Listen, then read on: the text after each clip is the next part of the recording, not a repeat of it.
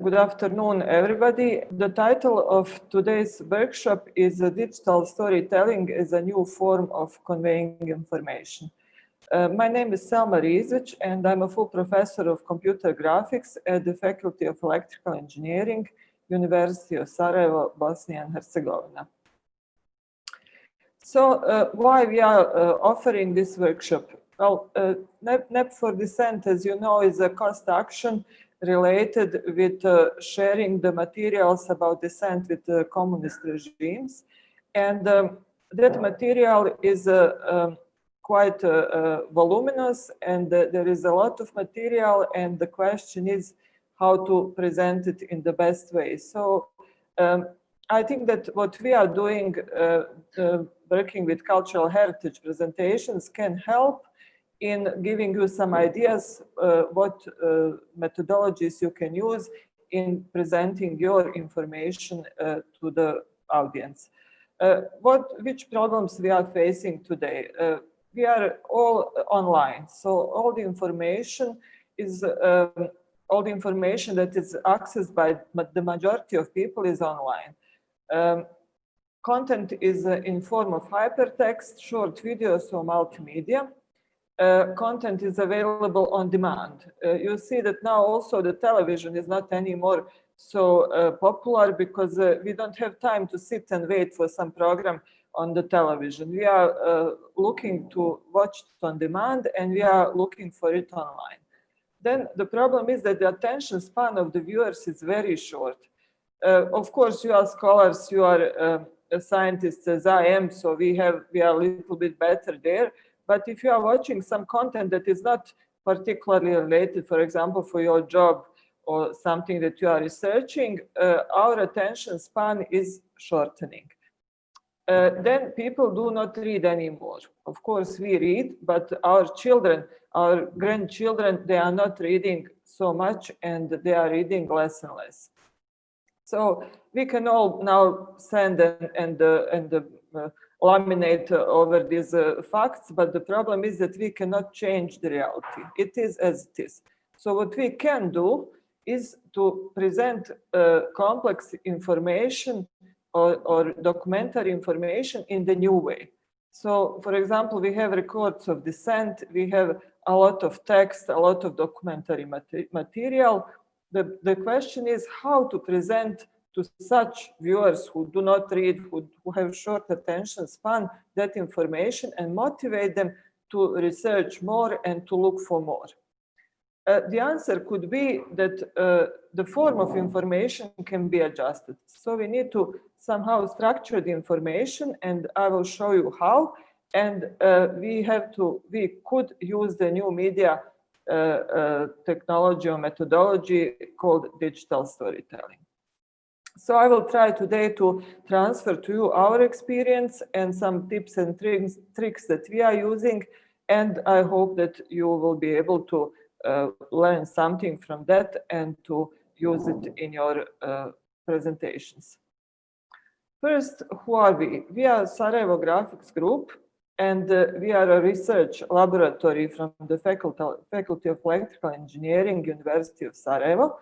I founded this lab, this research group in 2004, and our background is computer graphics, but that is a very, very wide area. So we are specializing in computer animation, but related also with visual arts, multimedia, and interactive digital storytelling is something that we are good with, and we are invited in a majority of the projects because of that expertise.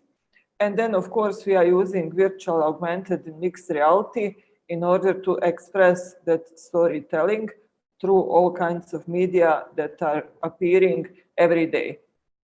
We are, of course, not alone. Around us in our projects takes part our interdisciplinary team. So aside of computer scientists, we have artists, archaeologists, historians, writers, film and video professionals, music authors, and all of those people together with us are gathered in the Association for Cultural Heritage Digitization called digi.Baiae. Our projects are divided in several big groups. We create cultural heritage presentations in a way that we present, that we bring people back to time, in the time when some cultural monuments have been built, and we try to recreate the life in them and to offer the context of their existence to the audience. So if some cultural monument disappeared, or it is preserved only in the remains or fragments, we recreate the whole geometry, the whole object, and we add stories with actors who recreate the context and the time when in history when that cultural monument was built. Then we also create virtual museums. We digitize museum collections, and we offer digital content to the museum. So we extend museum exhibitions with digital content that is explaining better the physical exhibitions. And also lately we are doing VR movies. VR or virtual reality movies are done in a special technology called 360 degrees video or immersive video. So the difference is that the user or the viewer is in the middle of the shot, and he can look around either with headset, VR headset, or just on the screen using mouse, and see whatever is around him or her. So now I will play a video to show you what we do. And all these videos, I will share the presentation later. We will share online, so you can watch also through these links. So this is our video.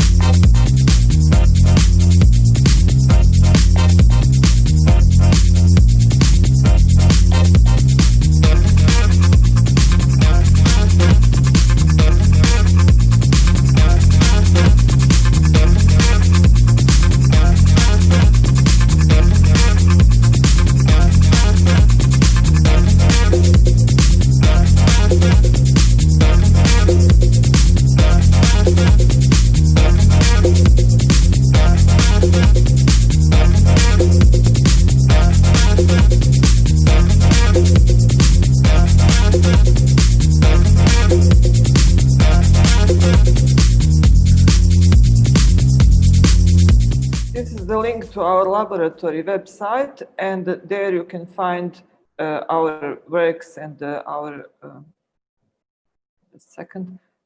our projects. So all our projects are online. I will start briefly with some projects that are particularly important for this storytelling methodology. So our first digital storytelling project was done in 2009. And it was related with the ISA-based endowment. So this endowment is actually mentioned in the first document where the city of Sarajevo is mentioned from 1462. Unfortunately, through history, the objects that were parts of this endowment were slowly destroyed one by one, and the last of them was destroyed in 1957. So here in this drawing, you can see the drawing of the teke, the accommodation complex, the soap kitchen, the water mills, Then here you see only the teke, and here they built a gasoline station over this last object, which is the teke, and it completely disappeared from public memory. So we decided to recreate this complex in the public memory, and we started with the model of teke, which is here, and we created interactive virtual model. Interactive means that you can walk through the model using software and see the different places in the model. After that, we also created other models of other objects and created a kind of storytelling application where you are in a virtual environment, and as soon as the user approaches some of these objects, the story starts, audio story starts. So the user can see the objects and can learn which one of them had which purpose. What is also interesting is that we recreated also the zikr ritual that was performed inside the teke, and it is recreated through interactive animation where the user is in the middle of this dervish people, and if you click on certain of them, you can see what they are doing within that ritual. So I can say that the public was really excited about this project because some of them have grandparents who remember this teke before it was destroyed. So in a way, we succeeded to bring back the memory of this object in the general public memory. Another project that we also did quite a long time ago in 2009 was the Church of the Holy Trinity in Mostar. It was one of the most famous Orthodox churches in Bosnia and Herzegovina, one of the biggest, and this is the original appearance. Unfortunately, during the war in 1992, Croat forces have completely destroyed this church. Not only that they burned it down, but they also destroyed the remains using explosives. So at the end of the war, there was only a bunch of stones here where was the church. So we decided to recreate the church, the 3D model of the church, and we were working with the members of Orthodox community who had materials how it used to look like, and particularly this priest that you can see here is called Radivoje Krulj, and he accepted to be our guide.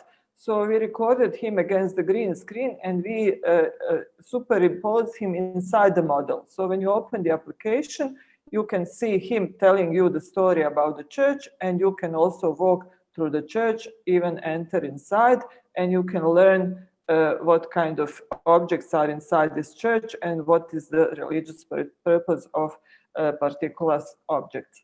This project also was quite famous, and we hope that it contributed to a fundraising to recreate physically the church, which is now almost done, but 10 years have passed since this first reconstruction. Another storytelling project that we have done in 2010 was the virtual museum of Sarajevo siege called Sarajevo Survival Tools. As most of you might know, Sarajevo was under the siege from 1992 till 1995, and that was the longest siege in modern history. So people, in order to survive that horrible conditions, they tried to make all kinds of improvised objects, and that objects are exhibited in the Historical Museum of Bosnia and Herzegovina in the permanent exhibition. You can see it here. But always when I would enter in that exhibition, I would feel that some context is missing because, of course, we know what happened. But if a visitor from, let's say, Japan would come and try to imagine what are these objects and what was their purpose, he could not. So we decided to create a virtual exhibition to digitalize all of these objects and to tell the story about the siege. All the members of this team have survived the siege of the project team, and we have done this project without any budget. So it was kind of our wish to tell our story. And we have at the beginning of when you enter in the virtual museum, you have an intro story telling you who attacked Sarajevo, when the siege started, and so on. And then you go to the first gallery and you click on particular objects which are thematically organized, like related with light, related with water, and so on. And then when you click on a particular object, you have a story about the object and its 3D model. What is particularly interesting that that we have done this with students.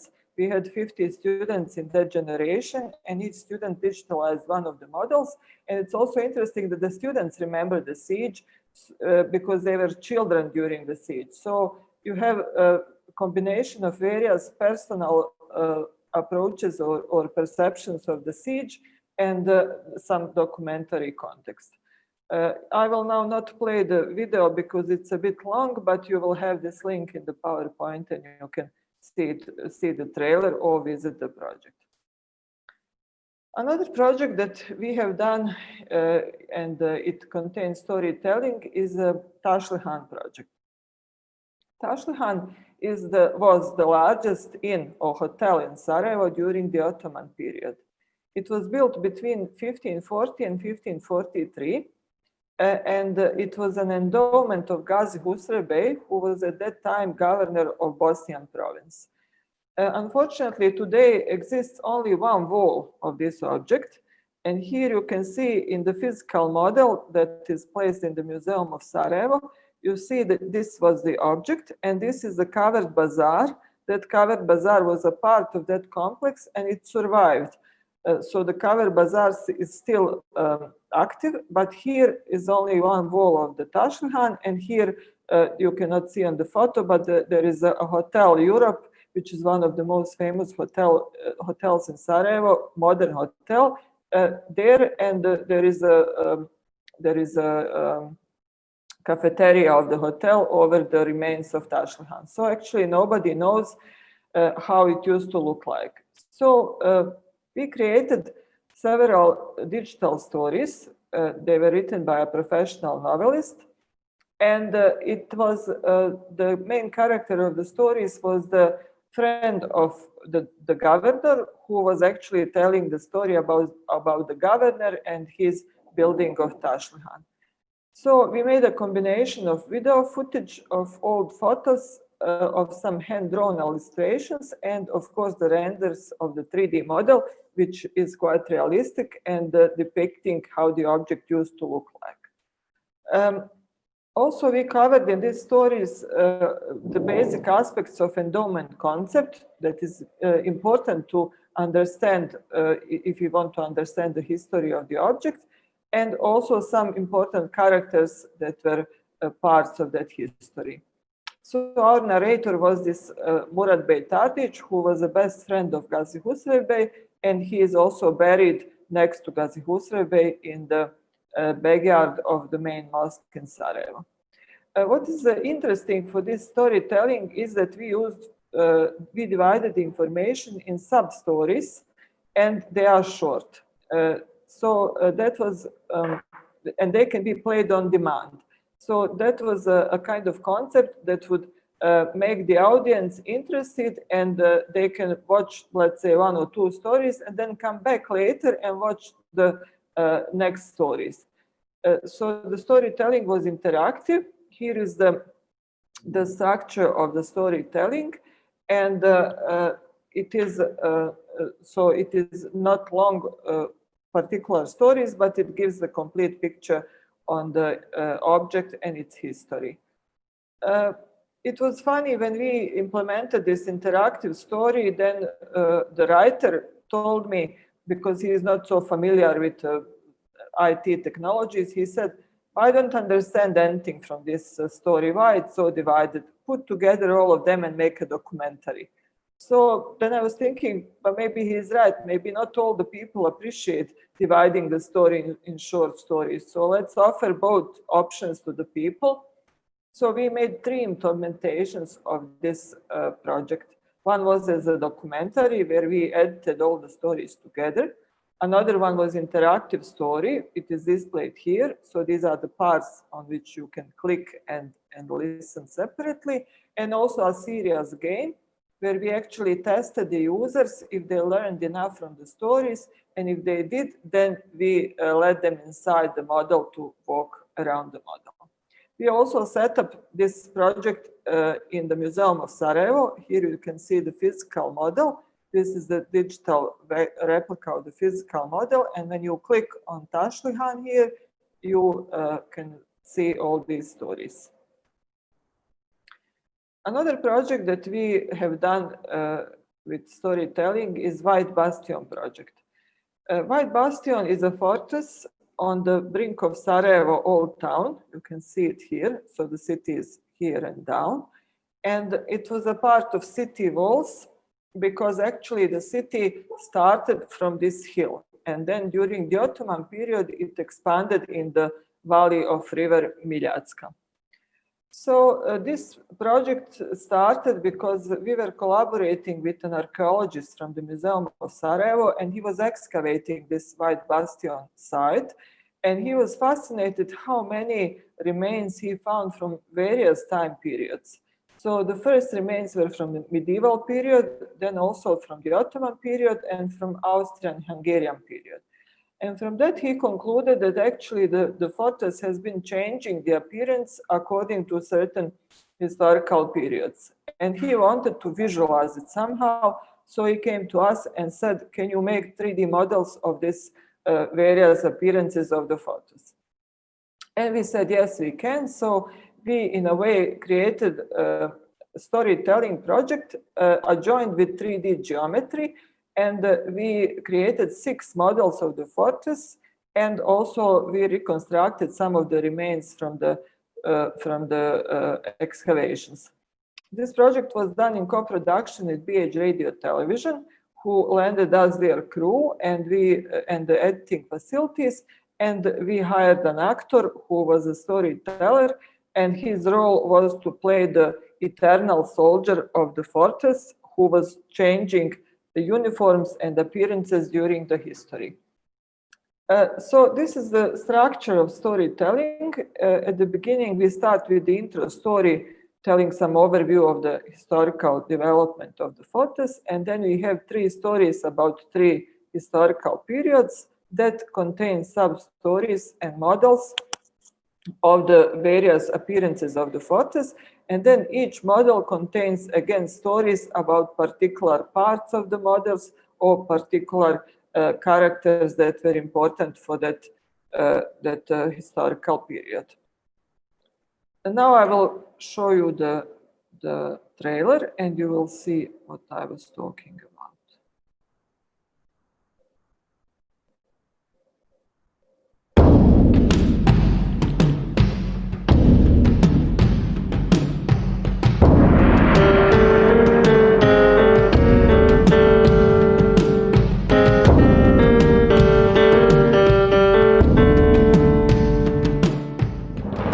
Ja sam sarajevski vojnik, zatočenik vremena, ostavljen od smrti i prolaznosti.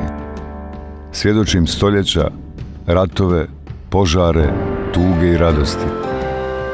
Star sam koliko prvi kamen koji je u sarajevske bedeme uzidan da zaustavi tuđe vojske. U ovu sam priču ušao da vam pokažem svoj dom u bijeloj tabiji, koja je srce starog grada vratnika, što dominira istočnim prirodnim vratima Sarajeva. Mene su pohodili mnogi, oni odlazili, a ja ostajao. Sve drugo će proći, Sarajevo će biti, svi drugi će otići, a ja ću ostati da pripovijedam priču o njihovoj prolaznosti i o mome trajanju u vječnosti Sarajeva. Mnogi su u mnogim vremenima sanjali Sarajevo na koljenima. Zato su mnogi u mnogim vremenima slali svoje izvidnice da pobilježe ima li se Sarajevo odakle braniti. Sve njih je zanimao moj dom, dom vječnog sarajevskog vojnika.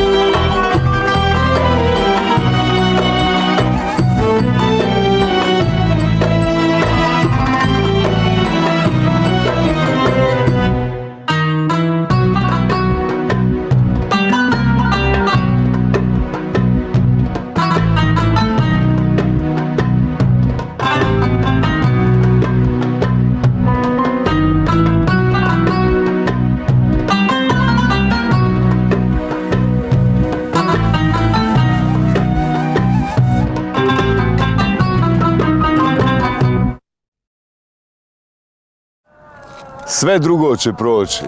Sarajevo će biti.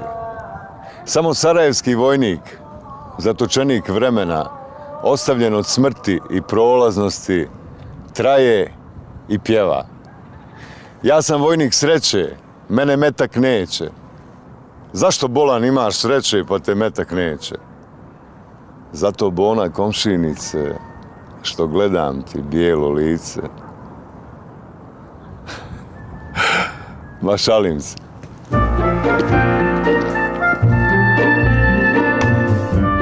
Sloboda Sarajeva je starija od vremena. Zato ova priča u ovoj priči. So this was the trailer of the project. The project is still online, so if you would like to follow it, you can see it. And now we are moving on. The projects that I showed you were really low budget, and they were a long time ago. Let's say this was from 2010, so we were very poor, and we were learning these technologies without much support. But the projects that we created were published, and we presented them abroad at the various scientific conferences, and we drew the attention of the scientific community. So in 2011, we were invited in the FP7 Network of Excellence called Virtual Museum Transnational Network, and that was our first international project. We learned a lot. It was about virtual museums. And then later on, we got one Horizon project, Aymara Culture. At the moment, we are working on one Creative Europe project that I will mention a little bit later. So Virtual Museum Transnational Network is about virtual museums and digital content digital content for the museums. So it was a huge consortium of 18 partners from 13 countries, and we created various applications with storytelling.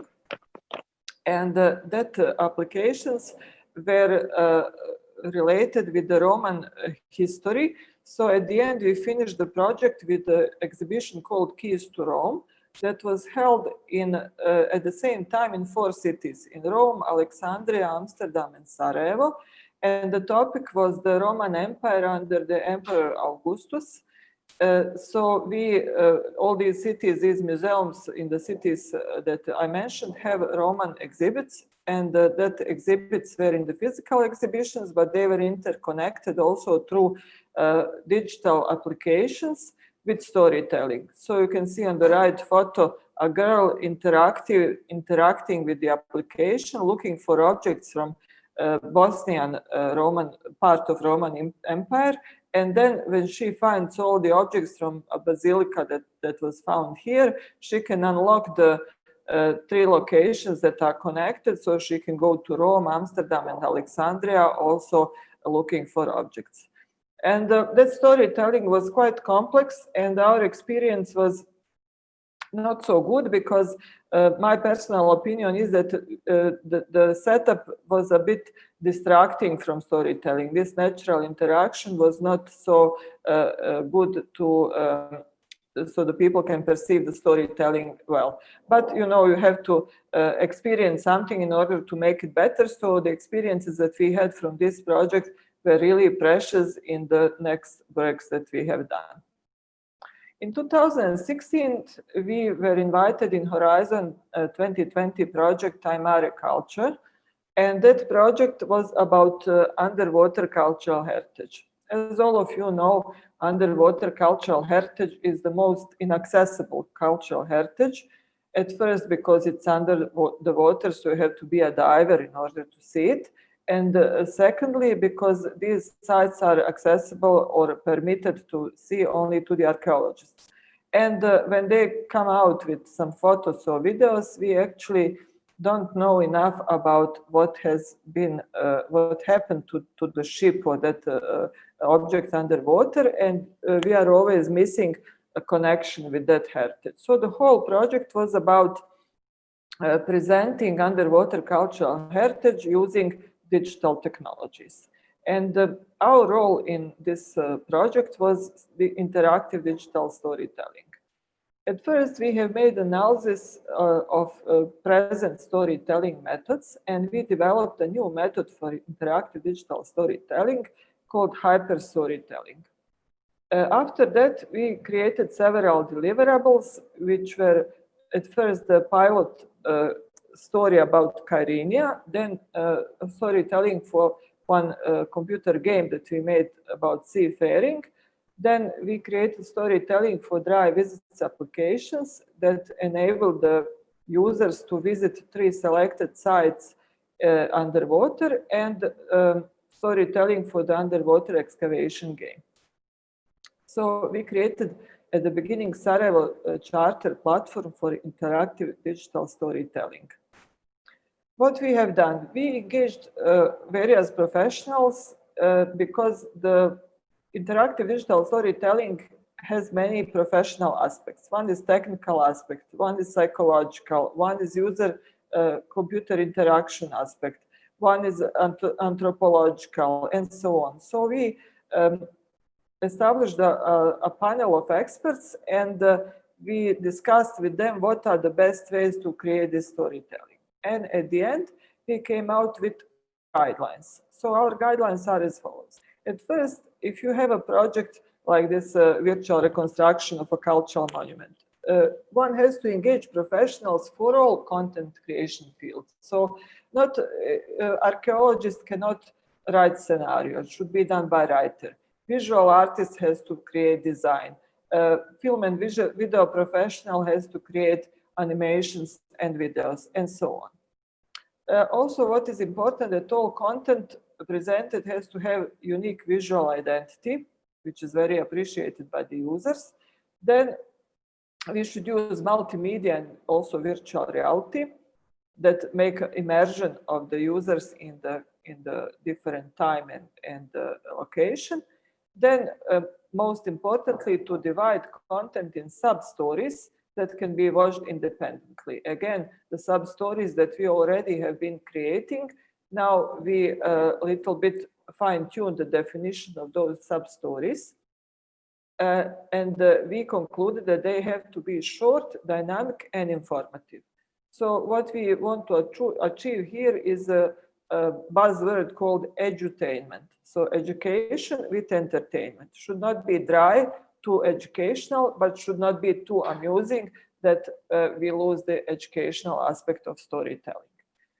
What also we discovered was that the users really appreciate when we use characters to convey the information. As you could see in the white Bastion, also in Tašlihan, we always use characters who were narrators. And the users were identifying themselves with that characters, and therefore we succeeded to also convey the emotion related to the topic and to communicate the information better. Another issue that is important when we have several stories to watch is to introduce motivation factor for the users to see all the stories, all the information, because we have here the problem called narrative paradox. We have interactive virtual environment where the user is free to move and to choose the stories. So who will guarantee us that the user will see all the stories? If the user out of 10 sees 2 stories, then we failed because we invested in creating 10 stories and only 2 are seen by the user. So we need somehow to motivate the user to see all the content. And what kind of motivation can be? For example, we can introduce a quiz and test his or her knowledge about the topics. And so he would like to, and then offer some kind of award. For example, if you pass the quiz, you can enter in the 3D model and so on. So we always introduce some motivation factor to solve this narrative paradox.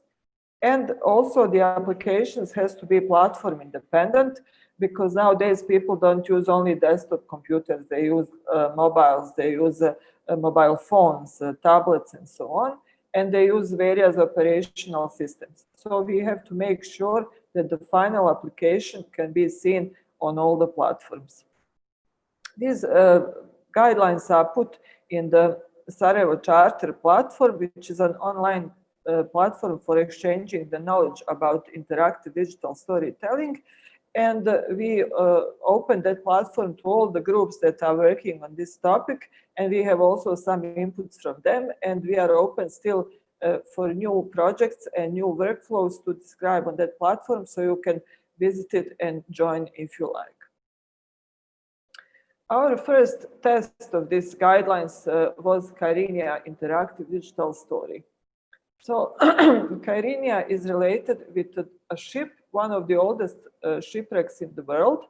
So the ship sunk in around 280 years BC in a place close to village Kyrenia in Cyprus. And then the shipwreck was found in 1970s, but it was in a horrible condition because it was underwater so long. So when taking out, the archaeologists had to prepare it chemically so the wood doesn't collapse in contact with the air. So we wanted to tell the story about this ship because there are replicas now in several museums, but it's difficult to know what was behind this story. So we created 6 stories, and we introduced the motivation factor that the user, after watching all 6 stories, can enter in the ship and try to sail, try to drive the ship. So we created 3, let's say, technical stories about the characteristics of the ship, measures, cargo transported by the ship, and routes where it might have sailed. And we created them in combination of live screen, green screen footage of the actor and computer animation behind him. The artistic stories were done by this actress who was playing the role of the wife of the captain of the ship, and she was telling the stories about the sailors' life, the sailors' beliefs and superstitions, and the assumptions how the ship might have sunk. So we combined here live footage and computer animation.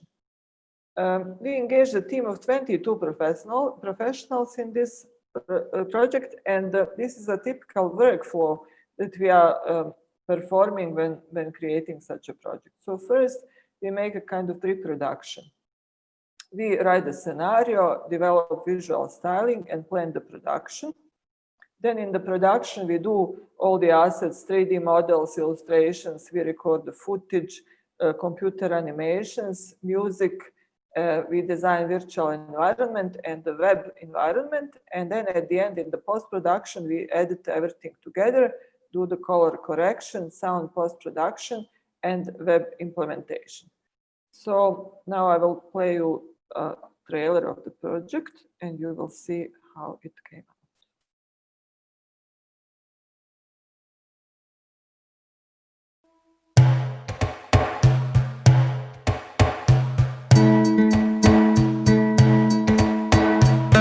Take an interactive journey on a ship that sank in 288 BC.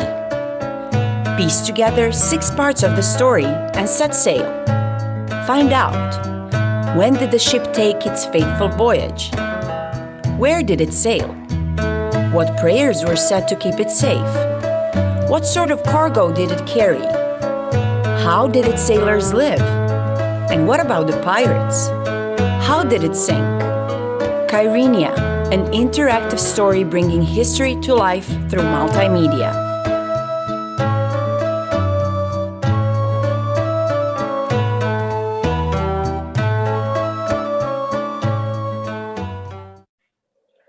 So this is the intro video, and then you can go and watch the stories, and after the stories, all of the stories are seen, you can embark the ship and see also some exhibits that were found, such as an anchor of the ship or some amphoras that have been found underwater.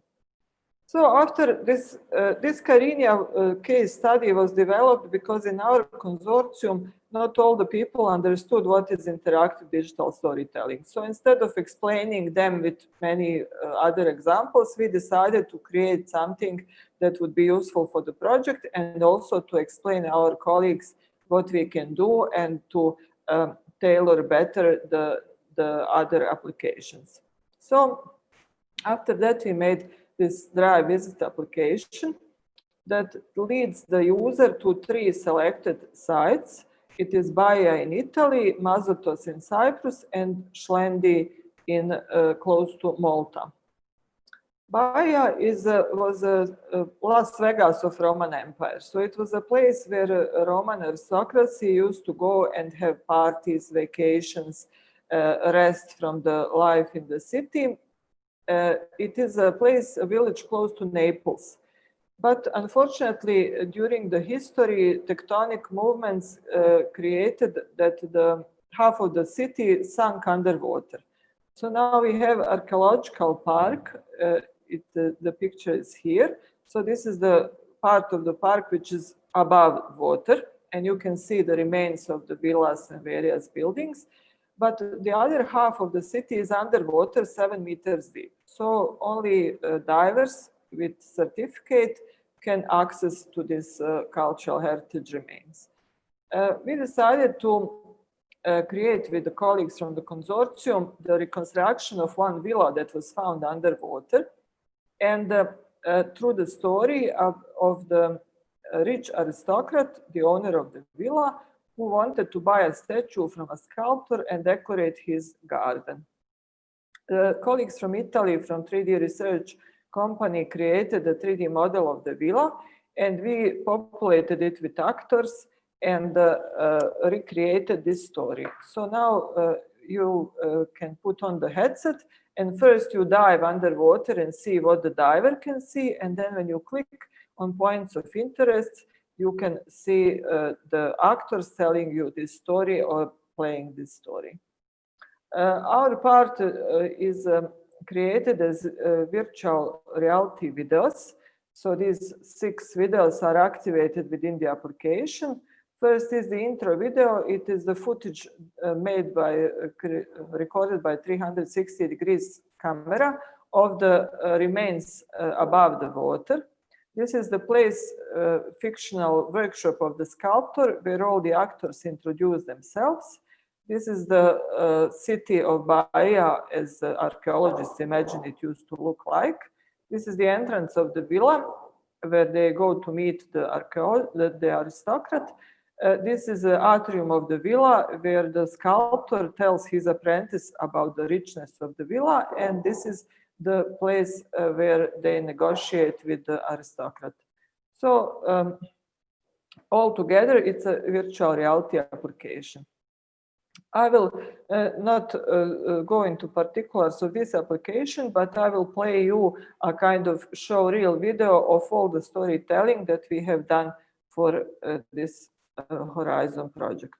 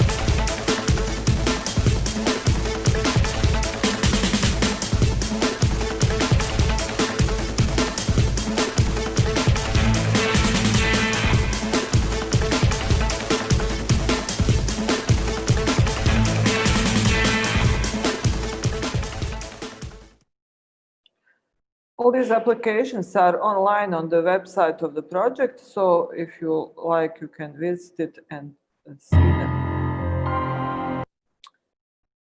Back to the presentation. The project that we have done in 2019 was also a storytelling project, and it was related with Mostar bridge diving. Mostar is a city in Bosnia and Herzegovina, actually in Herzegovina, in south part of Bosnia and Herzegovina, and it is famous by its old bridge. It is this bridge, which is very high and beautiful, and it was built in 16th century, but unfortunately it's also a UNESCO protected World Heritage Site. Unfortunately, in 1993, it was completely destroyed, as you can see in this picture, and it was rebuilt with the help of international community in 2004. Intangible heritage of this bridge is that there is a 300 years old tradition of jumping from the bridge. So there are competitions of jumping or diving from the bridge every summer since 300 years. We created a storytelling project that actually enables the VR headset user to jump from the bridge. So you can virtually jump from the bridge, but before that jumping, you need to hear the stories and learn something about the bridge. So we created the application where you can learn about the history of the bridge, architecture of the bridge, destruction and reconstruction, and you can also listen to the interview with the champion in bridge diving competitions, and then after you pass the test from all this knowledge, you can go and jump from the bridge. We have to tell that this project was really very, very exciting, and the users were absolutely thrilled to jump from the bridge because it was a kind of subconscious wish of all of us who visited the bridge to try to jump, but of course we don't dare to do it physically. So it is pretty realistic. Also, the people who are afraid of height, they are also afraid in virtual reality. The application is online. It has also a desktop implementation. So if you like, you can download it and try to jump from the bridge. Another application that also used virtual reality and storytelling is Sarajevo War Tunnel virtual reality.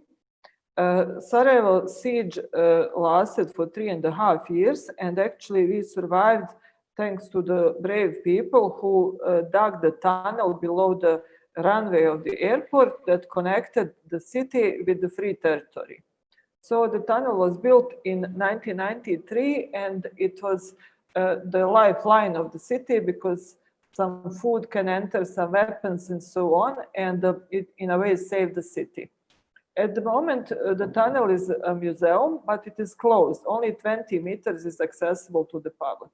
So we decided to recreate the passage through the tunnel in virtual reality and set it up in the museum. So when you go to the museum, you see the remains of the physical tunnel, and then you go put on the headset and pass through the tunnel in virtual reality. And we recreated the feeling of the people who were passing through the tunnel because it was war, it was dangerous, and it was also very narrow and very low ceiling.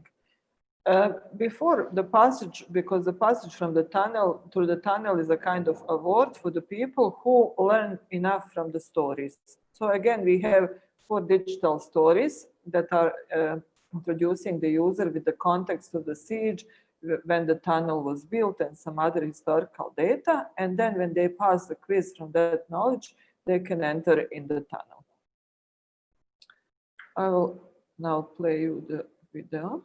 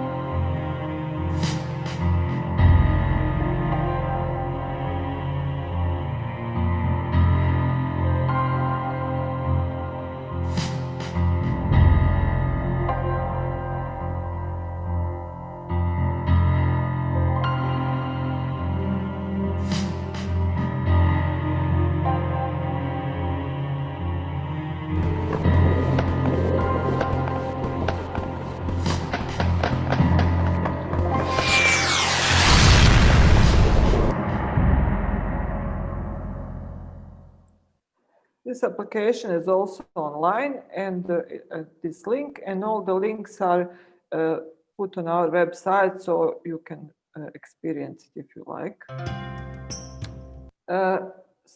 This project was very interesting because this was the first time that the museum set up our application in the physical exhibition, and that because usually the museums don't have money to buy the setup and so on, and that's not really good because the idea is that it is on the location, and this is very well done by the Museum of the Tunnel, and we are happy that the application is available to the users or visitors of the museum. Another project that has storytelling is Roman heritage in the Balkans. It is a project where we travel through 4 countries of the Balkans, Bosnia and Herzegovina, Serbia, Montenegro, and Albania, in search of Roman cultural monuments. Because this is a common heritage of the Balkans, as all the Balkans was a part of Roman Empire once upon a time. So we selected several sites in these 4 countries, and we first recorded them with a 360 degrees camera, and then we recreated the monuments that have been placed there in 3D, and our actress Selma Rizvic is telling the stories about these 4 sites. That was the first grant. We also got the second grant, and now in this 2 years we are doing new 4 sites that will extend the application that we recreated.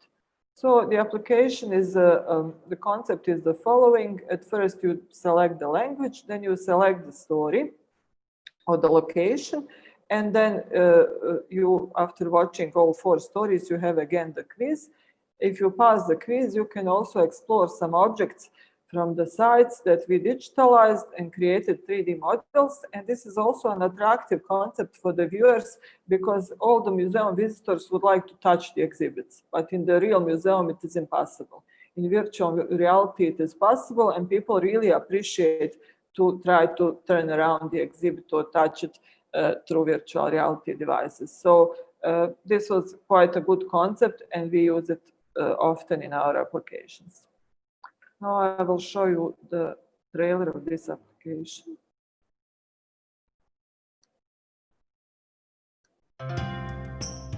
I am Minerva, the goddess of knowledge. I am taking you to the excavations of the imperial city of Viminatium, a Roman military camp that was built in the 1st century and lasted until the 7th century. I am Minerva, the goddess of knowledge. I am taking you to a Roman city in the immediate vicinity of Pljevlja, which we refer to as a Municipium S. I am Minerva, the goddess of knowledge. I am taking you to the thermal spas in Ilija, in the Sarajevo plain. I am Minerva, the goddess of knowledge. I am taking you to one of the most famous Roman monuments in the Balkans, located in Durrës. It is a 2nd century amphitheater, the largest of all in the Balkans.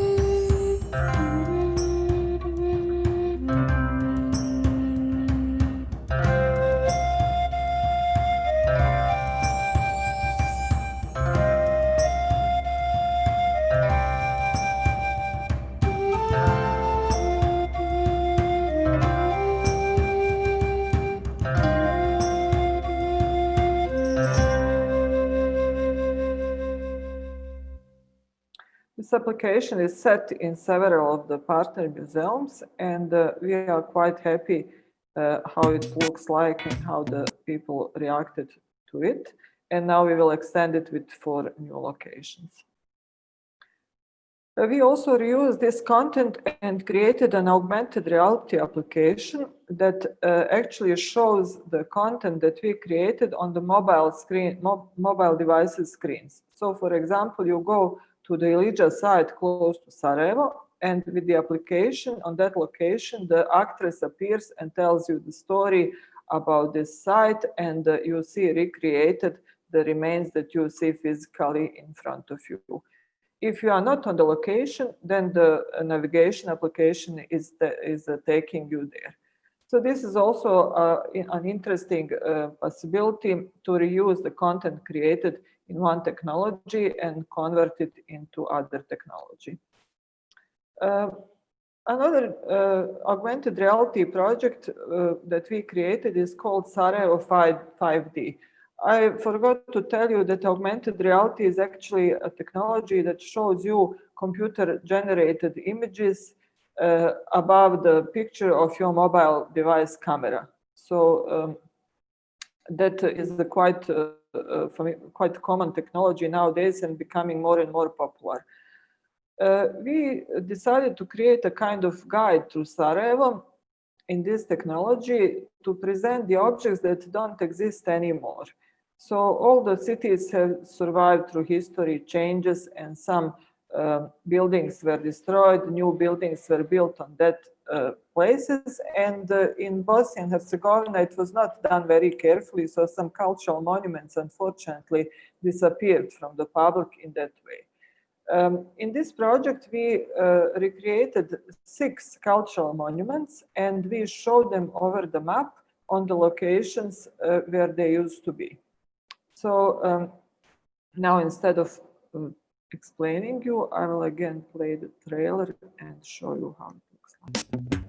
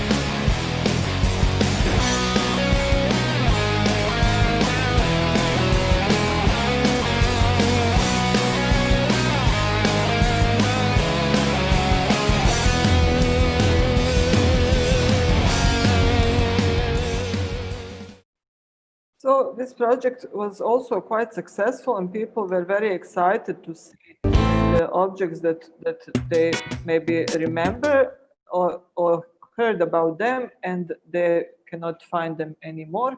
And also the visitors of the city found it as a very attractive kind of tourist guide. We hope that we will continue this project with more objects if we get more funding from the tourist community.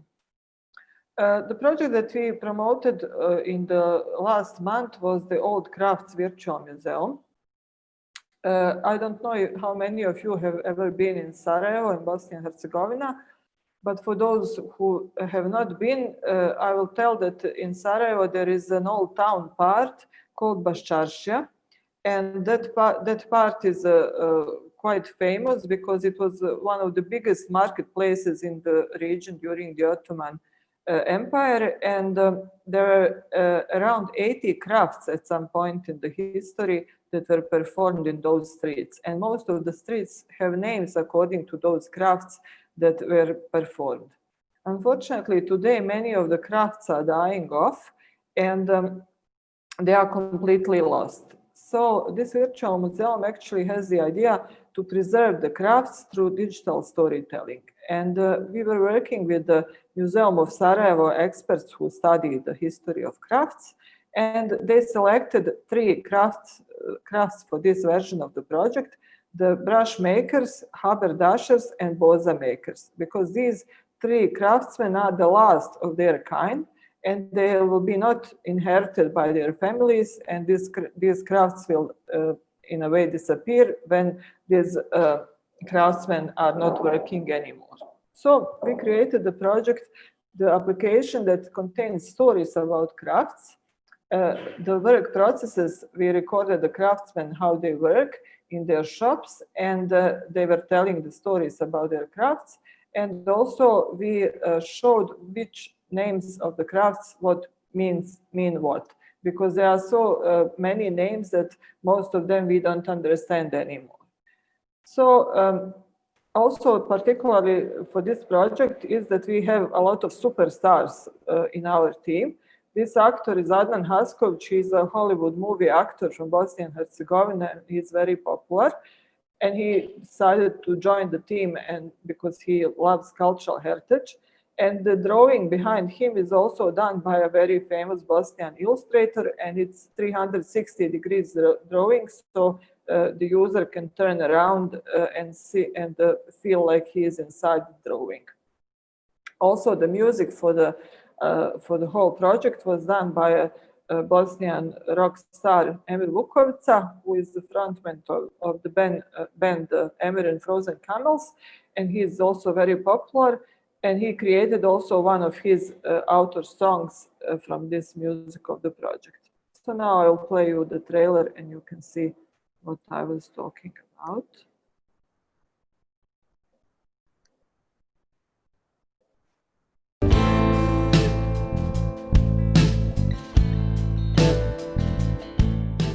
Putujemo slovima kroz vrijeme, otkrivamo breme znanja i uzdanja. U popisu iz 1530. godine u Sarajevu je zabilježeno 40 zanata. Sa nama su sarači, kožari, naubati, bravari, kujundžije, puškari, tabaci, čizmari, čebedžije, papučari, aščije, nalčadžije, bazerđani, arakijadžije, sagrakčije, kazandžije, kalajđije, mumđije, čurčije, kapari, tapčije, tesari,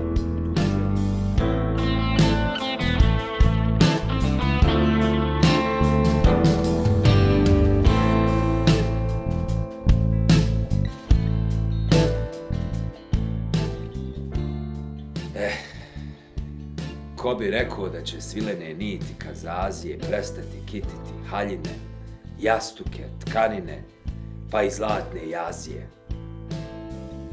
A u davninama sve odšarenila vrilo, dok se koncima, srmama i plemenitim nitima pisalo, slikalo i šilo.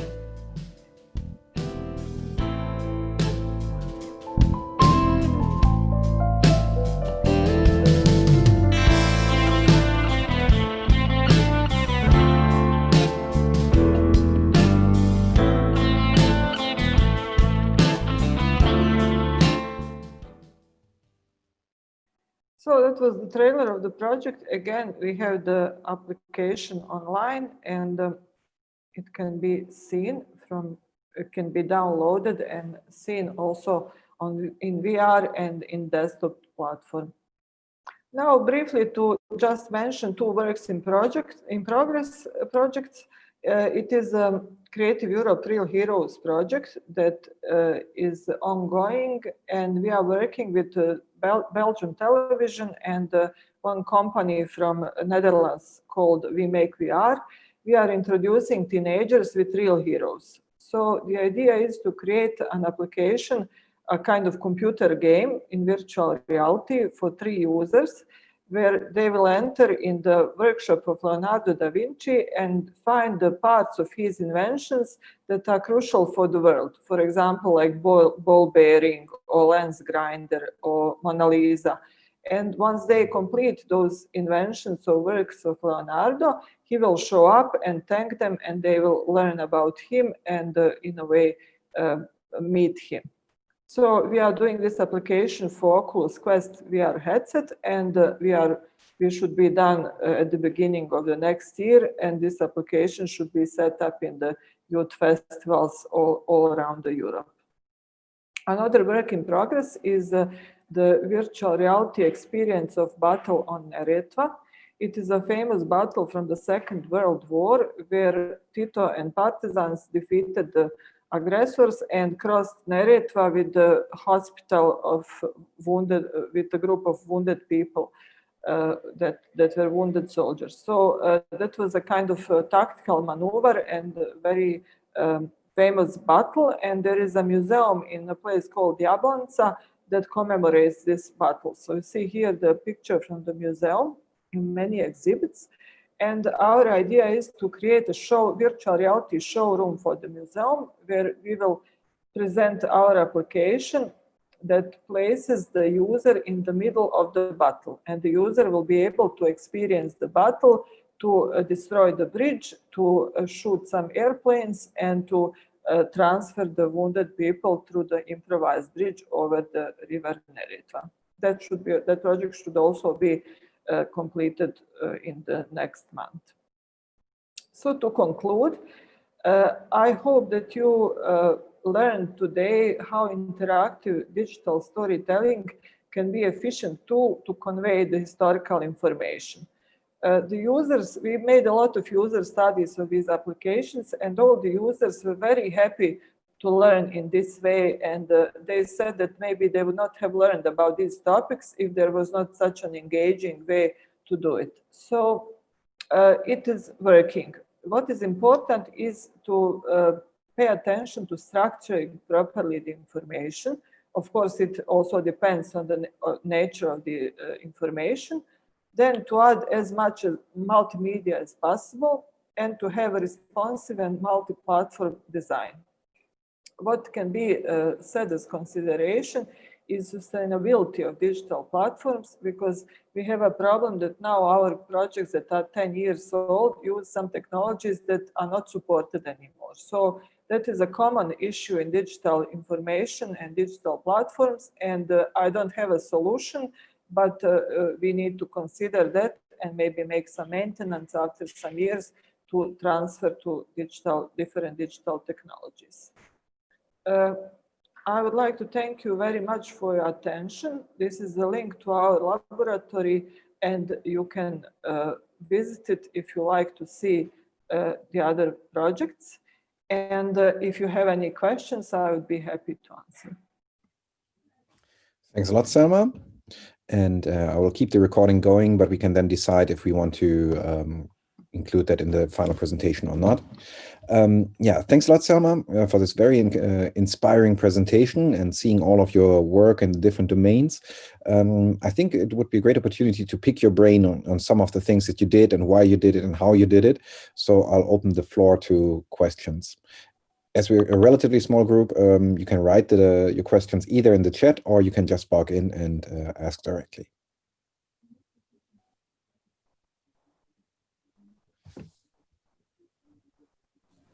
Yeah, maybe I can start.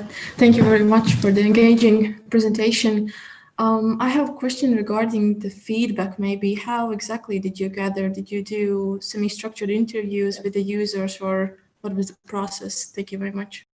Yes, thank you very much. I'm very happy that you are interested and that you were following this presentation.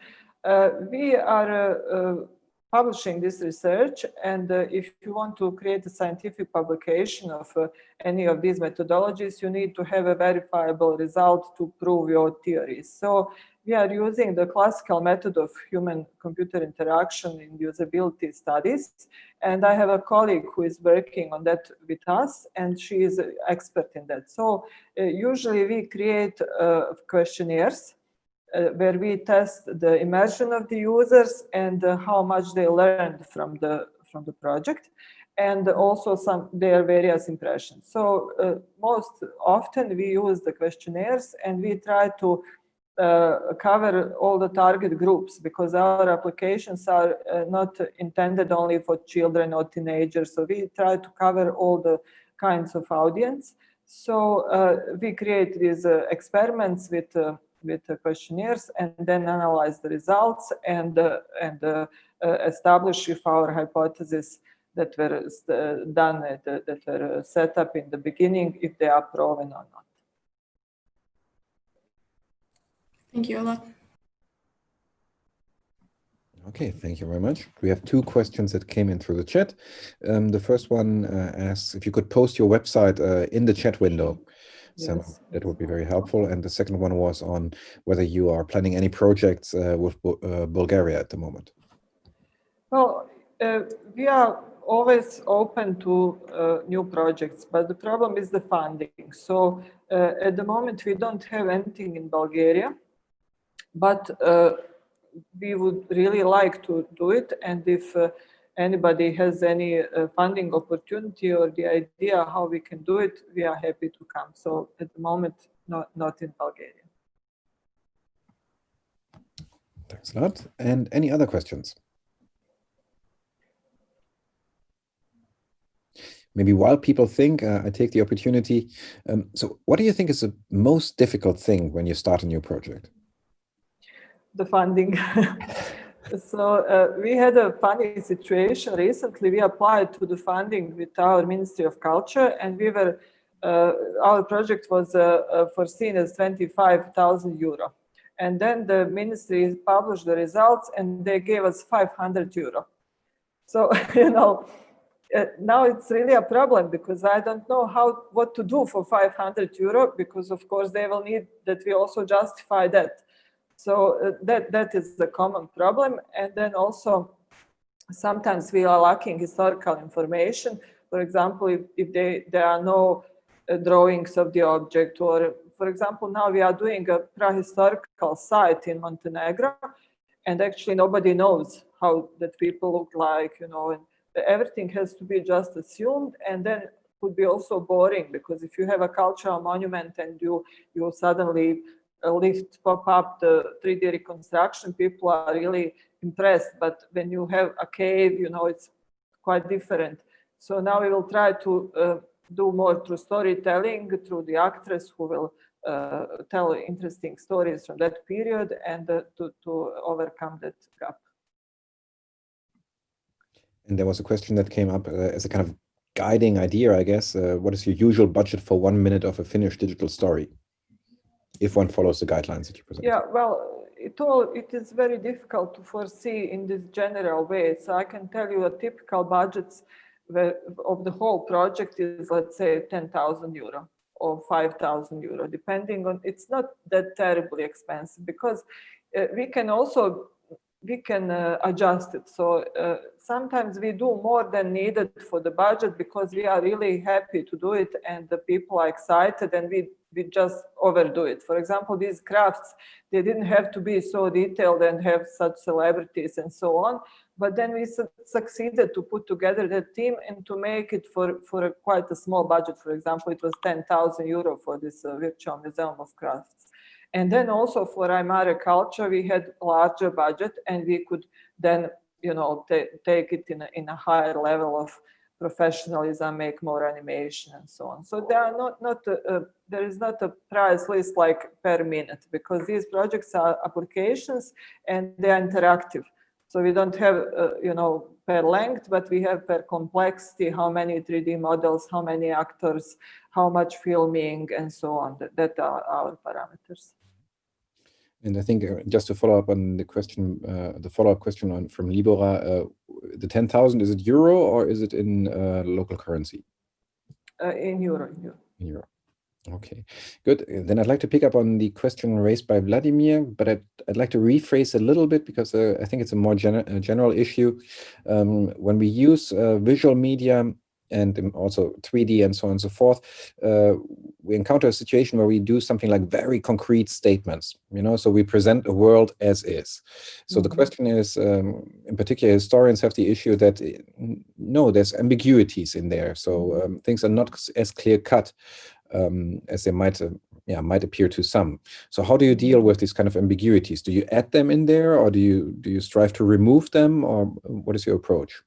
opposition? Well, I have to answer this about the tunnel. I see that the colleague mentioned that there were some civilians forced to work on the tunnel. Nobody was forced to work on the tunnel. The tunnel was digged by the military, by the army, and by some miners, people who were working in the mines. So of course you cannot.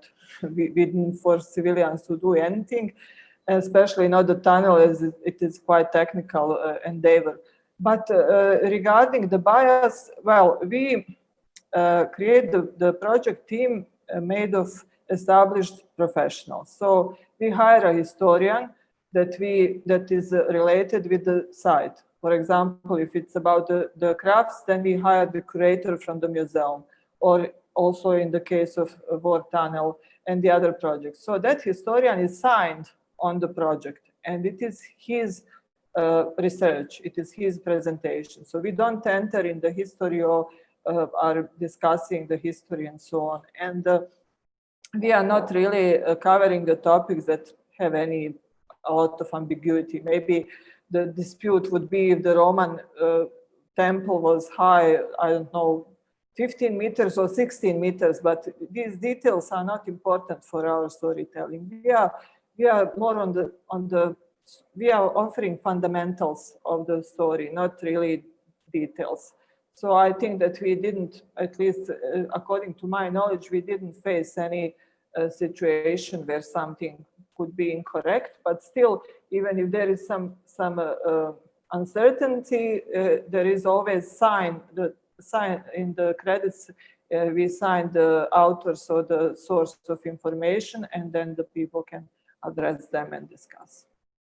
It's authorship like any other author work in the project. Okay, thanks a lot. And of course, the floor is open, so please just jump in. Otherwise, I'll keep on asking questions. But so we leave a moment for the people to ask. May I ask a question? First of all, I would like to say thank you so much for presenting this amazing projects. And I have two particular questions. They're very different, but I will ask because it's very interesting for me. First of all, I would like to know how does the final user know about the created resources? Because it's very important to find this final user and to indicate this sort of audience. As far as I understand, the main or probably major audience is about tourists, but who else is in the target audience of your projects? And the second one is about your understanding of virtual museums. Is it a specific information resource from your point of view, or it's something specific? I'm asking because I'm working in the field of virtual museology, and I have to collect a variety of this understanding, these definitions of terminology people use. Thank you. Thank you very much for your questions. Firstly, we advertise a lot through social networks because, you know, it's a strange situation. These projects about Sarajevo were funded by the tourist community, but the tourist community didn't advertise them properly. So if it was up to them, nobody would have ever heard about our projects. But I'm very active on the social media, on Facebook, on Instagram, and I have a lot of followers, and I spread the information all the time about the projects, also work in progress. Every project has a Facebook page, and we really collect a certain amount of followers that then spread the information about the project. Also, some of them are set up within the physical museums, so they are part of the exhibition, and then the museum visitors can visit them.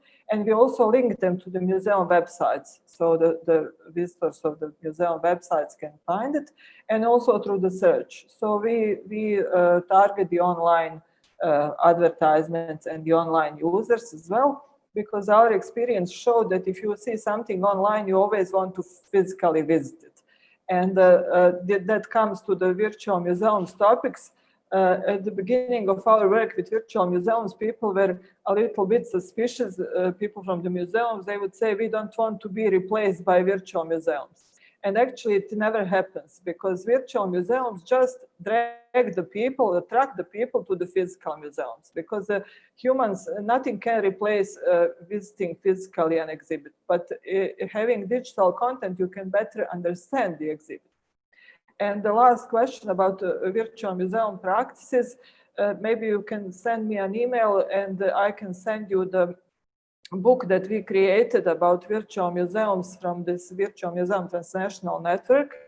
And it has a lot of data about various virtual museums and various methodologies, and I think it can be useful for your research. If you can just Google my name and the email address will pop out from my website immediately.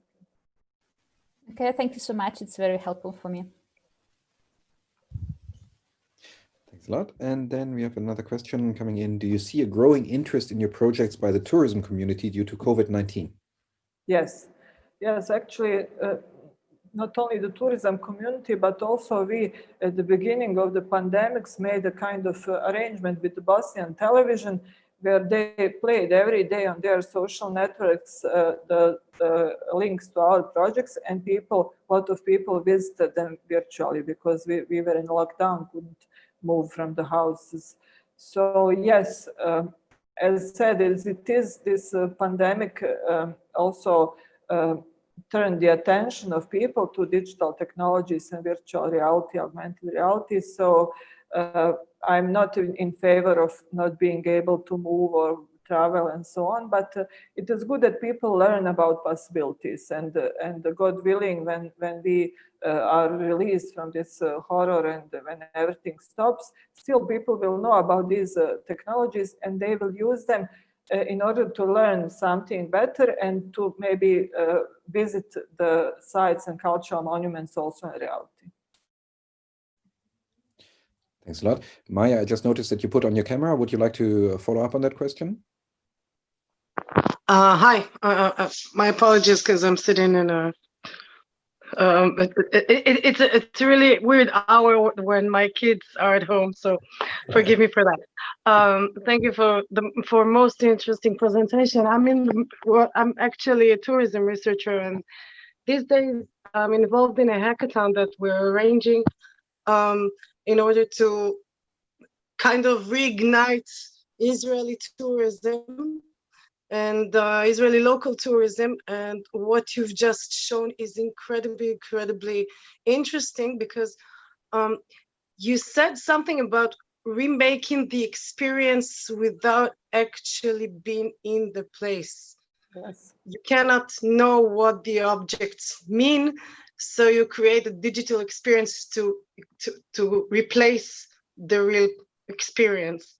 Yes. And this is something that we all try and now come up with solutions to kind of try and recreate the tourist experience in a digital way.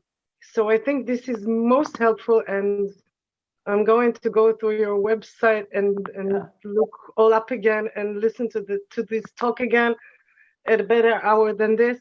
And I think that there's a lot of things that can be done together, and in terms of research and in terms of actually contributing to promote tourism and to promote knowledge that way. So thank you for that. Thank you very much. I'm really happy when people appreciate what we do, and there are really a lot of possibilities to do new projects and to cover more heritage. So please feel free to also email me or contact in any other way. If you have any questions or any opportunities to work together, I would be really happy. We'll do. It's going to be a really big project. Microsoft Israel is a part of it. It's going to be a huge project, and we're going to look and this is what we're actually looking for. So thank you, and we're gonna follow up on that. I'm going to follow up on that. So thank you so much. Thank you very much. Okay, perfect. Thanks a lot. And okay, so I think we can give it another 4 minutes if questions come up. Anything else from the audience?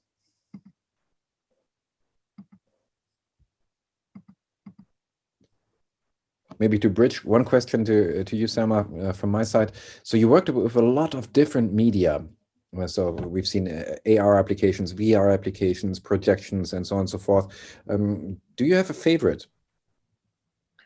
Well, I think now my personal favorite is 360 degrees video, because actually we created the first VR movie in Bosnia and Herzegovina. It was a short documentary. It's also on our website about dissidents, and it was done within this cost action. We got some local funding, because it's fascinating how film professionals manage with VR video. It is completely new film language, and they are all kind of upset because they cannot use their knowledge from before, but also excited to try something new. And the actors, the costumes, the lights, everything is new, and it's really exciting. And now also within these crafts, we made the first VR music video for the song that this music author has created for the project. And that was also super exciting. I have to show off a little bit and say that we are in the first place of the top list of Bosnian radio television. That is for rock music. And the song is also very nice, but we use these assets created within VR application, and we put the singer in the middle of the drawing. So we created all kinds of compositing techniques, and at the end I rendered it as 360 video, and it can be seen on YouTube using just any kind of device, or with VR headset where you turn around and see environment. So 360 video is my favorite now. Okay, perfect. Any other questions? I guess there's plenty, but we have to keep the amount of exposure to virtual conferences a little bit at bay. Okay, so if there's no, wait, Galina just sent a question. I have a question. Do you have a technology which can interpret color into sound? I was thinking that it would create a great project. Well, it's more about programming than about technology. You know, you need to somehow code it to make this kind of transformation. But yes, I think it can be done. It can be done with any of these technologies. You know that there are at the beginning those applications on YouTube where you would have the soundtrack, and then the various fractal colors would appear on the screens in form of screensavers and so on. So yes, mapping color to sound, it's from the programming point of view, it's fairly straightforward. Okay, great. All right, I think then we close the session for today. I'd like to thank Selma a lot for this kind of very nice presentation about all the different kind of projects that they were doing, and also for the opportunity to ask you questions afterwards. I can also only invite the participants of the session today to get in touch with Selma if they have further questions, and to continue the discussion there. And I think then thanks a lot to all of you for participating, and thanks a lot from the NEP4DISSENT network for your participation.